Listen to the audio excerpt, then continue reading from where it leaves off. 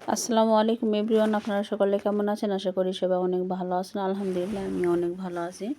আজকে আমি শীতের সবজি দিয়ে অনেক মজাদার একটা রেসিপি রান্না করব। সাধারণত আমরা ঘরে এরকম সবজি দিয়ে অনেক রকমই রান্না করে থাকি, কিন্তু এভাবে একবার হলেও ট্রাই করে দেখবেন। পুঁই শাকের যেই ফুল থাকে এই ফুল দিয়ে এরকম একটা সিমের বিচি, আলু, বেগুন মানে সব রকম মিক্সিং সবজি দিয়ে এরকম মাছ দিয়ে অনেক মজাদার একটা সবজি রেসিপি আমি রান্না করব, সেটাই আমি আপনাদের সঙ্গে শেয়ার করব। পুরো ভিডিওটা দেখবেন, স্কিপ করবেন না। এভাবে অনেক মজাদার একটা রেসিপি, একদম সিম্পল একটা রেসিপি কিন্তু অনেক টেস্টের। চলুন আমি দেখাই। এখানে আলু, বেগুন, শাকের যে ফুলটা থাকে সেই ফুল এবং সিমের বিচি আমি সব রকম সবজি একদম কেটে ধুয়ে পরিষ্কার করে নিছি। এগুলি আমি একটা হাঁড়িতে বসিয়ে দিচ্ছি। এই যে দেখুন, আমি সব রকম সবজি একবারে সুন্দর করে আমি ধুয়ে নিছি। এই যে এই শাকগুলোর মধ্যে যে ফুলগুলো থাকলে তাহলে এই মানে রান্নাটা অনেক টেস্ট মানে ভালো লাগবে। এবার ওরকম আপনারা সিমের বিচি সিমের যে নিয়েটা নেওয়ার চেষ্টা করবেন। এখানে আমি আমদনির পাতা, ধনিয়া পাতা না, এই পাতা কিন্তু আমদনি পাতা। সাধারণত আমরা ধনিয়া পাতাটাই বেশি চিনি, কিন্তু আমদনি পাতা এটা আমাদের এদিকে মানে আঞ্চলিক মানে ভাষায় আমরা আমদনি পাতা বলি। আপনারা কি বলেন সেটা আমি জানি না, কিন্তু এটা ধনিয়া পাতা না। পেঁয়াজ কুচি সব কিছু আমি এখানে দিয়ে লবণ, মরিচ, হলুদ এবং বাটা মশলা দিলাম, আর একটু বাটা মরিচও দিলাম।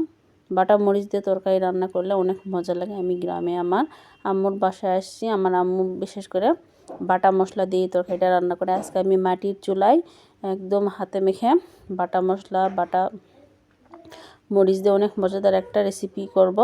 এগুলো আমাদের একদম গাছের শাক সবজি সব কিছু একদম তাজা তাজা সতেজ এবং পুকুরের তাজা মাছ। এই যে দেখুন, সব রকম মশলা দিয়ে আমি সুন্দর করে একদম হাতে সবজিগুলো মাখিয়ে নিলাম। সবজি মাছের মধ্যে আমি দিয়ে দিয়েছি।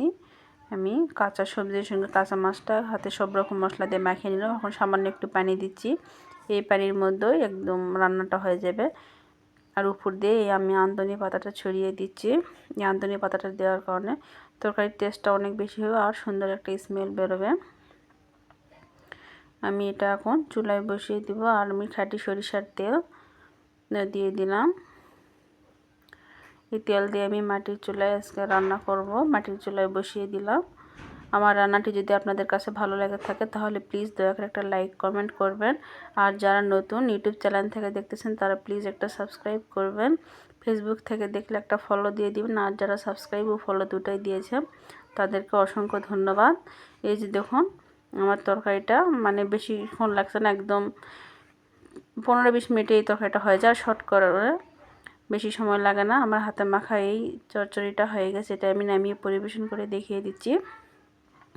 এখনও অবধি আমার ভিডিওটা যারা দেখতেছেন তারা প্লিজ দয়া করে একটা লাইক কমেন্ট করবেন।